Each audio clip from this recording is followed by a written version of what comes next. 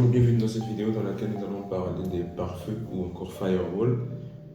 Ce sont des notions assez importantes et ici, nous allons apprendre des configurations de base du pare-feu de Cisco, un des pare-feux de Cisco. Ici, en l'occurrence, il s'agit du ASA 5505. Donc, du coup, c'est un énorme plaisir encore pour moi de pouvoir faire cette vidéo. Bien sûr, likez la vidéo s'il vous plaît et surtout abonnez-vous. J'ai remarqué que 83% de ceux qui suivent les vidéos ne sont pas abonnés. Donc, du coup, c'est une connerie pour vous. Du coup, juste appuyer sur le bouton rouge juste en bas. Appuyez sur le bouton et puis regardez, on écoute quoi. Donc, voilà. Alors, c'est parti, let's go. Ok, donc du coup, nous nous retrouvons ici. Hum, c'est avec cette topologie principale que nous allons travailler. Bon, ceux qui ne connaissent pas les firewalls, c'est que, en soi, c'est que les firewalls ont encore des pare-feux. Ils nous permettent de pouvoir sécuriser notre réseau en filtrant le trafic. C'est-à-dire que notre réseau, notre pare-feu ici aura certaines propriétés. C'est sur la base de ces propriétés, bien de ces règles de filtrage, que nous pourrons accepter ou refuser certains types de trafic. Donc, retenez au moins ça de façon basique. Enfin, au moins que vous puissiez savoir en fait à quoi il va servir ici. Et pour les autres, je suis sûr que si vous voyez cette vidéo, c'est parce que au moins vous savez de quoi il s'agit et que vous voulez juste voir les configurations de base du Cisco ASA 5505. Donc, du coup, c'est cette topologie que j'ai mis en place. Donc, je vous présente un tout petit peu. Donc, il y en a ici, c'est le réseau local. Donc, ça, on a la inside zone. Donc, du coup, notre réseau, il est ici. C'est la zone inside. Et il y aura juste deux zones. Et la zone outside, c'est-à-dire l'extérieur, ici, Internet. Donc ici, ça va symboliser, par exemple, notre fournisseur d'accès Internet. Notre fournisseur d'accès Internet ici. Et après, là, on a un serveur. En l'occurrence, ici, avec l'adresse 8.8.8, c'est celle du serveur DNS de Google.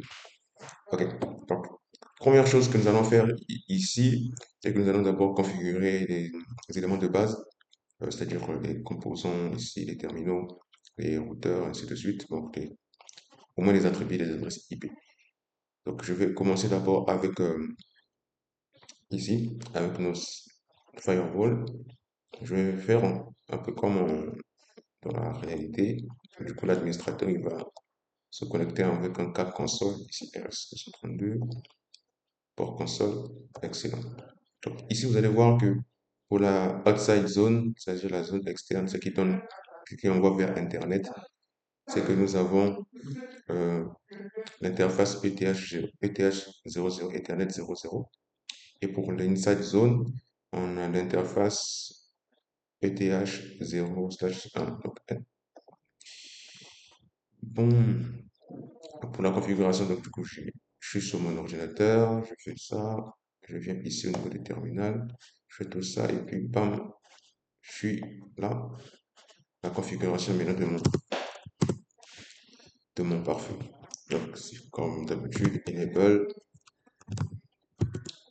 et vous demandez un mot de passe, il n'y a pas de mot de passe par défaut, donc du coup, vous faites entrer, et puis on arrive au second, donc on fait confiter. Pour ceux qui veulent mettre un mot de passe, vous faites la commande enable password, et puis vous mettez le mot de passe, ici sur la Cisco. On va mettre Cisco, donc du coup, si je repars jusqu'au début, si je fais enable, je fais entrer, ça passe pas. Access, oh, enable, et là, je vais mettre le mot de passe Cisco. Voilà, c'est bien passé. Première des choses à faire ici, c'est d'abord donner les adresses. On va attribuer des adresses à nos interfaces. Bon, ici, on ne donne pas directement des adresses aux interfaces, je vais expliquer. Toutes les adresses sont données au VLAN, c'est-à-dire les interfaces VLAN, mais les interfaces virtuelles. Et après, à chaque interface physique est, est associée au fait et allouée une interface virtuelle. Je ne sais pas si vous comprenez le principe. C'est qu'on va créer, on va faire toutes les configurations au niveau de l'interface virtuelle et après, on les alloue au fait, comme avec les VLAN, c'est qu'on alloue switchport access VLAN, le VLAN concerné. Et du coup, là, on se rendre compte de quelque chose. Faut d'abord commencer par ça, parce que des fois, il y a des Pas des fois, mais il y a des configurations par défaut, au fait. Surtout au niveau de paquet tracé, vous allez voir qu'il y a une configuration par défaut. Par exemple, là, vous allez voir qu'il y a le DHCP qui est activé, alors que nous, ici, dans notre topologie, c'est pas ces adresses-là que nous avons choisies et tout pour le DH, pour, euh, pour notre réseau local. Donc, du coup, on va changer ça, on va annuler ça. Et également ici, l'adresse IP de l'interface VLAN 1. L'interface VLAN 1, c'est celle qui sera attribuée, bien sûr, à notre zone insight, c'est-à-dire l'interface à l'interface ETH01. Donc pour notre réseau local ici à l'intérieur. Du coup, on rend compte ici que bon, c'est pour le VLAN 1, on a ça. Ok, d'accord. Donc on va d'abord annuler tout ça. Donc ce que je vais faire, c'est que je vais d'abord premièrement faire ça, copier, annuler juste la commande no, et puis je colle. Voilà, c'est bon. Et après, il y aura également ça, no IP adresse, parce que je vais aller au niveau de l'interface VLAN 1. Donc en même temps, je vais la configurer, ça serait bien. Donc du coup, ce que je vais faire, c'est que je vais faire interface VLAN 1. Ok, c'est super. Hmm. Donc je vais faire no, et puis je colle, comme ça là, c'est sûr. Voilà, ça a été désactivé. Voilà, j'ai désactivé le DHCP, j'ai désactivé également cette adresse, et maintenant je vais attribuer l'adresse que je veux réellement allouer à l'interface VLAN de mon, à l'une des interfaces VLAN de mon firewall. Je vais faire IP adresse, donc ce sont les mêmes commandes. IP adresse, ici c'est 172.16.1.1. Voilà, en slash 24, on va travailler en slash 24 pour ne pas se casser la tête. Et ici, il y a une notion très importante que vous devez comprendre, c'est qu'après avoir donné l'adresse IP, il faudrait spécifier euh, le nom de notre interface.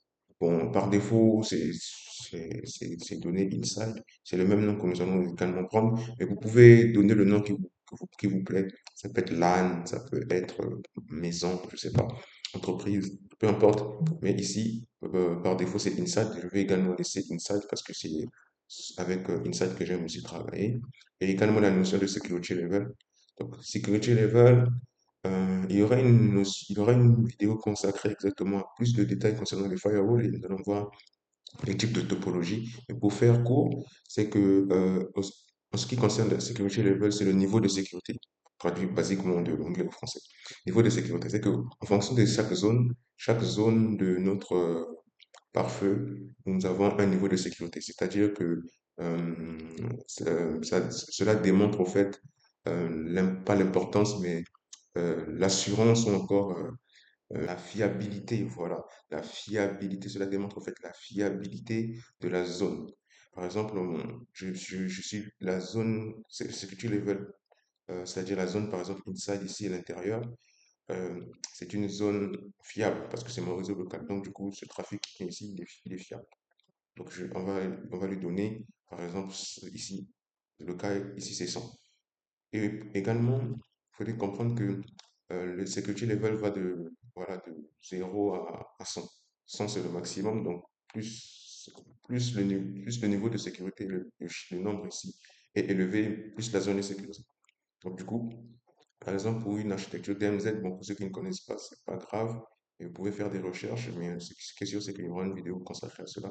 Pour une, pour une, pour une architecture DMZ, par exemple, nous aurons trois zones, c'est-à-dire inside, qui va être, par exemple, ici 100, la zone dématérialisée. Oh, désolé vraiment pour la prononciation. Et du coup, cette zone, vous allez euh, la zone DMZ, on peut la mettre à 50 parce que voilà, 50, on ne se fie pas à 100% de cette zone. Et c'est peut-être là-bas qu'il va y avoir nos serveurs. Et puis, on a la zone extérieure, c'est-à-dire outside, Internet, là, toujours zéro. Là-bas, ça ne va jamais changer. Zéro, on ne se fie pas de cette zone. On ne se fie pas de cette zone. Donc, on ne fait pas confiance. Donc, voilà un peu concernant les security levels. Donc, ce sont ces notions-là que vous devez juste comprendre. Et après, progressivement, en fait, vous allez voir comment on fait. Donc ici, au fait, c'est que étant donné que c'est déjà configuré, donc du coup, j'aurais pu encore à le refaire. On va peut-être le refaire avec le VLAN 2. Et si vous faites ici Show Run, vous vous rendrez compte que dans la nouvelle configuration ici, voilà, Inside, Level 100, voilà. Maintenant, ici, nous allons configurer maintenant le VLAN 2 ici. Donc, interface VLAN 2, plutôt, interface virtuelle 2, interface VLAN 2. Donc, interface VLAN 2, on va faire IP adresse, voilà, ici. Donc, ici, ça sera, ici, dans ce cas, ça sera cette interface-là. Donc, du coup, on va donner une adresse IP publique. Pour ceux qui connaissent pas les adresses IP publiques, on a une vidéo là-dessus, vous voyez, on a quasiment des vidéos sur tout. Donc, on a une vidéo là-dessus, vous pouvez également aller voir, vous allez comprendre c'est quoi une interface, adresse IP publique, privée. Je ne vais pas trop m'attarder encore là-dessus. Et voilà, donc du coup, je vais donner l'adresse. Voilà. Donc ici, security level 0 et name interface. Donc name interface, donc le nom de notre interface, c'est outside. Voilà. Donc il faut bien voilà, écrire tel que ça est. Je conseille d'écrire tout en minuscule, c'est mieux pour ne pas tracasser après. Et voilà, donc du coup les interfaces virtuelles sont créées. Et maintenant, ce que nous allons faire, c'est que nous allons attribuer l'interface déjà par défaut. Toutes les interfaces physiques sont déjà appartiennent au VLAN 1. Il faut en dehors peut-être de celle-ci, Ethernet 00. Sinon, les autres, vous allez voir, ils sont déjà au VLAN 1. Donc, ce que je vais faire, mais vous allez voir ici, c'est que au niveau de VLAN Ethernet 00, vous allez voir que c'est down. Donc, on va activer ça. Donc, pour l'activer, ça va dépendre aussi du routeur qui est de l'autre côté. Bon, bref, parce que ça sera toujours ouvert. Ce qu'on va faire, c'est on va aller au niveau de l'interface. Interface, Ethernet 00. Se rassurer, on va faire switch power access.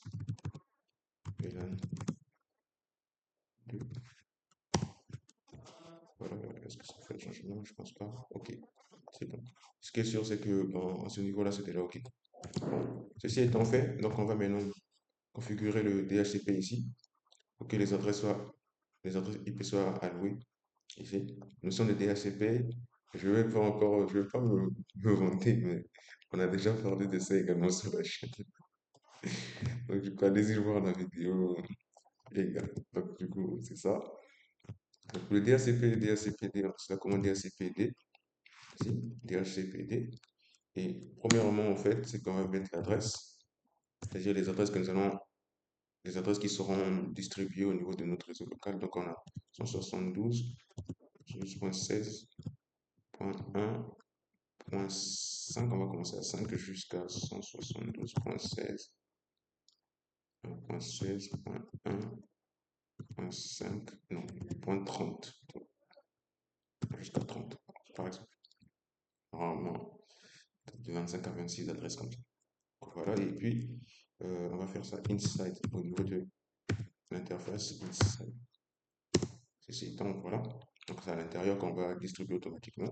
Également, on va également faire DHCP-D pour le DNS. Comme ça, l'adresse du DNS sera donnée automatiquement euh, lorsqu'il y aura la distribution d'adresse IP également.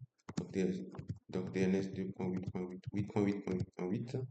On a interface, voilà, inside. Et c'est tout, je pense, non, on a DHCP-D. Il faut maintenant l'activer. Enable, euh, enable inside. Voilà. Donc, j'ai ma fiche technique là qui me permet de toujours voir ma procédure. Donc, du coup, ma procédure consiste à faire quoi? Je ne l'ai pas annoncé au départ. Donc, du coup, moi, je commence d'abord par annuler les configurations. Et par la suite, après la configuration, en fait, ce que je fais, c'est que après avoir annulé les configurations, je configure en fait les interfaces VLAN. Et après les interfaces VLAN, le DHCPD, voilà, je configure mon DHCPD. Et par la suite, voilà, je mets en place maintenant les routes par défaut. Et puis, la création d'objets, la création des access lists, et enfin, j'applique les access lists sur les interfaces physiques. Euh, donc, voilà. Donc, au fur et à mesure que nous allons, vous allez bien comprendre. Donc, du coup, ici, je l'ai fait ainsi. Donc, ce que je vais faire maintenant ici, c'est que je vais maintenant tester mon DHCP ici. Voilà, on va voir. Est-ce qu'il va donner une adresse comme il faut? C'est bon, ça marche bien. Ça marche bien. Tac, tac, tac. Eh ben oui. Eh ben oui, monsieur. Donc là, on va maintenant faire la configuration à ce niveau-là. Donc, je vais d'abord donner, puisque je connais déjà l'adresse de mon serveur, donc je vais donner ici. Il n'y aura pas de DHCP, c'est un serveur, donc il fallait qu'il ait une adresse statique. Elle ne doit pas changer. Donc, c'est un stage 24 aussi. Pour ne pas tracasser, parce que cette vidéo, c'est principalement pour ceux qui débutent. Donc, du coup, on ne va pas se tracasser au niveau des adresses complexes et tout. Voilà. Donc, c'est lui. Voilà. À ce niveau-là, c'est bon. On est bien à ce niveau. Il faut les mettre dans la configuration au niveau du routeur. Donc, on va donner les adresses des interfaces. Donc, c'est Giga Ethernet 00 et Giga Ethernet 01. Euh, voilà. Donc, je vais faire ça pour avoir toujours des adresses ici. Donc, je vais aller au niveau de enable, conf t. Je préfère même un hostname juste pour le plaisir, c'est fournisseur d'accès Internet. Voilà, on a une interface 00, G00, G00 ici. Et on va donner IP adresse ici qui sera 203.1.1.1. Voilà, le reste, on connaît. C'est vrai que point fournisseur d'accès Internet, ce sera point slash 24 comme ça, mais comme vous voyez, c'est pour l'exemple, pour juste, le but c'est la configuration. Du coup, c'est la raison pour laquelle je me permets ce type ce type d'adresse avec ce type de masque. Nos shutdown, activer l'interface. Mais ce qui est sûr, c'est qu'on aura encore des topologies plus grandes et là, vraiment, on va se mettre dans un cas d'étude réel. Et là, vous vous rendrez compte de nombreuses choses qui pourront changer. Donc, on va maintenant aller au niveau de l'interface Giga 01. On va faire IP adresse. C'est 8.8.8.1. Et voilà. OK. Donc là, on a tout ce qu'il faut. Voilà. Donc, étant donné que il faudrait que celui-ci communique avec, voilà, par la suite Internet, le serveur doit être joignable depuis l'extérieur. Donc, voilà, un serveur, quand tu te connectes, il doit être joignable. Donc, du coup, pour qu'il soit joignable, il faudrait qu'il connaisse aussi la route vers la sortie ici. Donc, dans ce cas, au fait, ici, je vais me faire un routage dynamique, juste un petit OSPF. Et là aussi, nous avons la vidéo sur OSPF. Voilà, magnifique la chaîne. Du coup, on va faire route ici comme ça. Pour OSPF, j'ai une technique. euh, je fais IP route comme ça. Non, non, c'est show IP route. Show IP route. Voilà. Ça me permet de voir en fait les éléments connectés ici directement à mon routeur. Ici, connected. Donc, du coup, étant donné que je connais déjà les réseaux, donc, du coup, ce que je vais faire, je vais juste faire route OSPF par exemple ici 1. Et quand je fais network, ben, je connais déjà les networks. Les networks sont déjà là, en fait, sont déjà là. J'ai juste à les saisir avec le white card, masque inversé et tout. Et c'est fini, quoi. Et la configuration, ça y est, on va pas se tracasser. Donc, du coup, on a 8.8.8.0 et qu'on a 0.0.0.255, le masque inversé area 0. Et puis, on a encore network. On a 203.1.1.0. On a le masque inversé ici. Et c'est area 0. Et ça, c'est tout. Là, vous avez configuré SPF. Pas besoin de dire, ah, qu'est-ce que je dois faire. Non, c'est tout. C'est tout. C'est pas compliqué. Et maintenant, on repart au niveau de la configuration ici de l'interface. Voilà, donc ici, on a déjà fait notre DHCP. On va maintenant faire la route par défaut. Ici, pour la route par défaut, c'est route. On va donner ça comme ça. Non, on va faire la route par défaut comme ça. Et il aura accès via 203.1.1. Donc, c'est déjà l'adresse ici. Ici, 203.1.1.1. Ok, super. 1.1.1.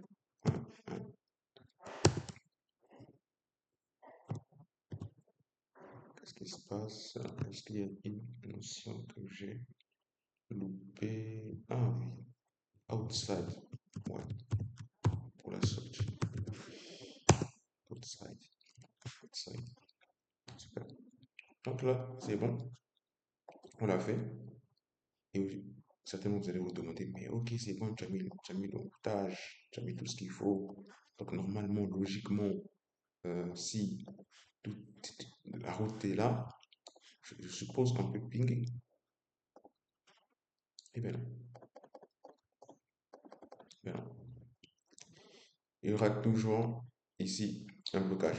Pourquoi? Ben, tout simplement parce que, premièrement, je n'ai pas encore mis de règles. Donc, du coup, euh, par défaut, au fait, vous avez, on a eu à faire des ACL, c'est que par défaut, au fait, c'est que si la règle n'a pas été mise, c'est que c'est bloqué. Donc, du coup, il faudrait l'autoriser. Il faudrait autoriser au moins le ping. Au moins le ping pour qu'on puisse être sûr, au fait, que ça marche bien. Et étant donné que nous passons aussi euh,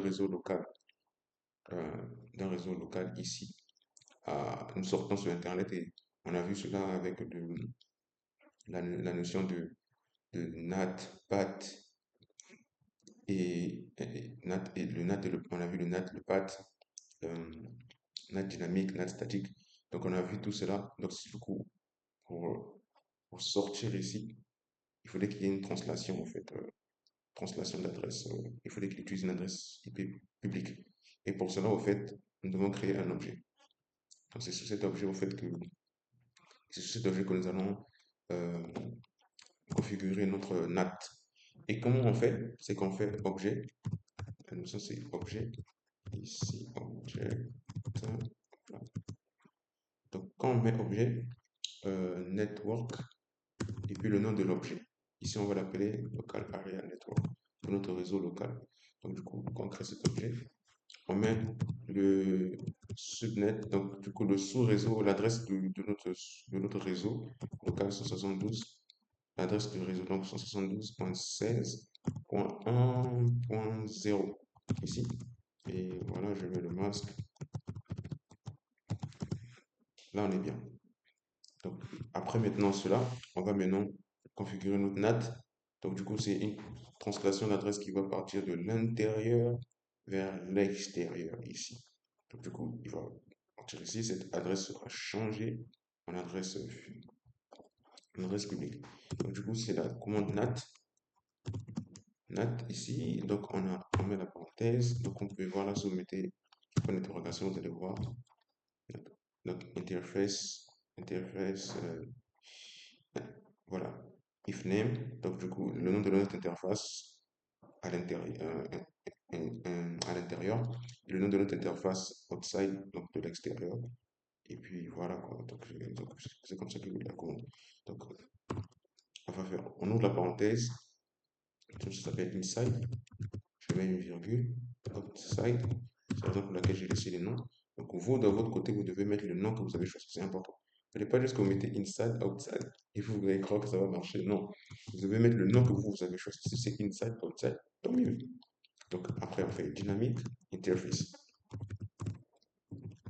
Donc du coup, ça sera une translation, un changement dynamique. Vous allez voir qu'ici, ça sera la notion de path qui sera utilisée parce que on n'a qu'une seule adresse, on n'aura qu'une seule adresse ici publique et c'est cette adresse publique qui nous est donnée par notre fournisseur d'accès Internet qui sera utilisée pour tous les utilisateurs. Donc du coup, il y aura en fait le path avec les ports pour plus de compréhension. Allez voir la vidéo et abonnez-vous. Voilà la vidéo correspondante, allez voir la vidéo correspondante et abonnez-vous. Donc du coup là on a fini euh, de, de configurer notre objet. Donc on a fini avec notre objet, c'était tout ça. Du coup, ce n'est toujours pas bon.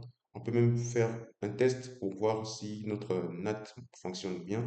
C'est la commande show xlate. Si je ne me trompe pas. Xlate. Voilà, ça ne marche pas parce que je vais ici faire un ping continu. Je vais essayer un ping. Supposons faire ping 8.8 TRT, comme ça il va s'arrêter. 8.8.8. On va faire une succession de ping et tout ça. Je vais ça les pings en rafale. Voilà, ça va pas marcher parce que voilà, il va bloquer et tout. Ça va marcher. Ok, d'accord. Donc, du coup, étant donné que je le fais comme ça, je vais venir ici. Je vais encore faire ici la même commande show xlate. C'est show xlate. Et voilà, vous allez voir ici que à ce niveau-là, tout est bon. Tout est bon. On se rend compte que ici un path from inside. Voilà, ici, ça, et voilà, ça part de cette adresse to outside avec cette adresse et vous voyez ici que c'est le port. Donc quand il y en aura plusieurs, vous allez voir qu'il sera la même adresse. C'est juste au niveau du port que ça va changer. Donc ça veut dire que à ce niveau-là, on est bien. Notre path fonctionne bien. La translation fonctionne bien. Ok. Maintenant là, on va mettre la règle avec les ACL. Avec les ACL. Bon, pourquoi je fais ça? Avec les ACL. Donc on va créer notre ACL. Ici, on va faire access list. Access list. Donc on va donner à notre access list un nom très explicite pour ne pas après s'embrouiller.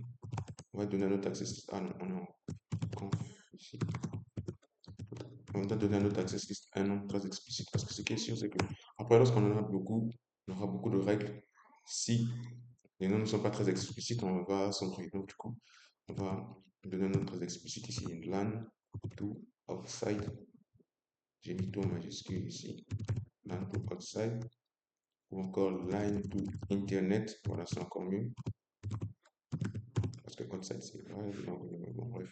Internet, donc de mon réseau local vers Internet, c'est comme ça que j'appelle cet ACL. Et on va donner la première règle, donc extended. Vous voulez voir la signification de chaque élément. Par exemple, ici, extending, voilà, configure access policy for IP traffic through the system. Donc, du coup, il fallait que la connexion, donc du coup, c'est ce type de trafic, en fait, il fallait qu'il soit initié d'abord au niveau de mon système ici. Donc, on va faire extended, extended permit. On va permettre, premièrement, TCP ici, ini, ini. Voilà. Et je vais encore faire la même règle ici, ICMP, pour qui permettent de pouvoir faire le ping. Voilà. Donc, à ce niveau-là, on l'a fait ici, configuration, OK. Mais qu'est-ce qu'en est-il de notre ami le ping? Ah, toujours rien. Il n'a toujours pas, vous voyez ici, il n'y a toujours rien. Euh, euh, Comment je peux faire ça? Bon, bref, on va laisser ça comme ça. Vous allez voir que ici, c'est qu'on a créé notre ACL, mais il n'y a toujours rien au niveau du ping ici. Toujours rien. Request time out. Parce qu'au fait, notre ACL, on l'a créé, mais on ne l'a pas attribué au fait à une interface. Donc ici, on va mettre notre ACL à ce niveau-là. Donc c'est elle qui va juger au fait. Si le trafic était initié depuis ici et qu'on a envoyé un ping ici, lorsqu'il reviendra, il va savoir, il va essayer de voir est-ce que c'était initié depuis ici. Ok, c'est bon. Et si le trafic revient de l'extérieur, il peut directement entrer, direct, il va bloquer. Donc, c'est ce on va maintenant insérer au niveau de notre interface de sortie outside. Donc, ici, pour le faire, on va faire access group, tabulation, access group. Le nom de notre ACS c'est LAN. C'est pour ça que j'ai dit qu'il faut des biens to internet. De préférence, faites des copier-coller pour ne pas vous embrouiller. Et là, je suis sûr. Ah, vous voyez, j'ai mal écrit. Et là, si je ne m'étais pas rendu compte, je devais me demander, mais pourquoi ça ne marche pas et tout. Donc, il faut faire très attention. De préférence, faites un copier-coller. Je vais le faire maintenant pour montrer l'exemple. Voilà. Faites un copier-coller là, vous êtes sûr que c'est exactement ce que vous avez Bref, je sais pas pourquoi il fait ça. Bon, je vais reprendre Access Group. Access Group, j'ai copié-collé entre. Voilà. Donc, Access Group, LAN to Internet. Et puis, je mets in. Donc, ça veut dire le trafic entrant à l'interface. Le nom de mon interface, c'est quoi? C'est outside. Et voilà.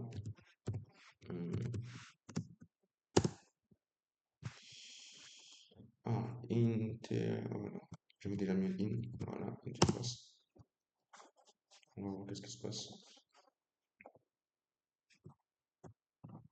Interface outside. In. Ah, non. C'est in. Trafic entrant. Espace. Interface outside. Voilà. Dans ceci étant, on va repartir chez notre ami le ping. On va voir ce qu'il en est. Vous allez voir que rien ne change. Ah, ça passe. Ça passe. Donc à cet instant, votre réseau local est connecté à Internet avec un pare-feu ASA 5505. Donc c'était tout pour cette vidéo. C'était tout pour cette vidéo. Je pense que là, on a vu les notions de base, la configuration de base pour connecter votre réseau local à Internet avec un pare-feu ASA 55. Ça fait encore un plaisir. N'hésitez pas à liker la vidéo, à poser vos questions en commentaire. Abonnez-vous, activez la cloche de notification. Et comme je disais, c'est qu'il y a plus de 80% de ceux qui suivent les vidéos. Je mettrai certainement la stat dans le montage pour que vous puissiez voir qui ne sont pas encore abonnés. Donc, du coup, abonnez-vous massivement. Ça me fait énormément plaisir. Ça permet de faire croître la communauté et de pouvoir encore aller de l'avant à atteindre cet objectif qui est de démocratiser la cybersécurité. Donc, ça fait un plaisir. On se dit à la prochaine. Et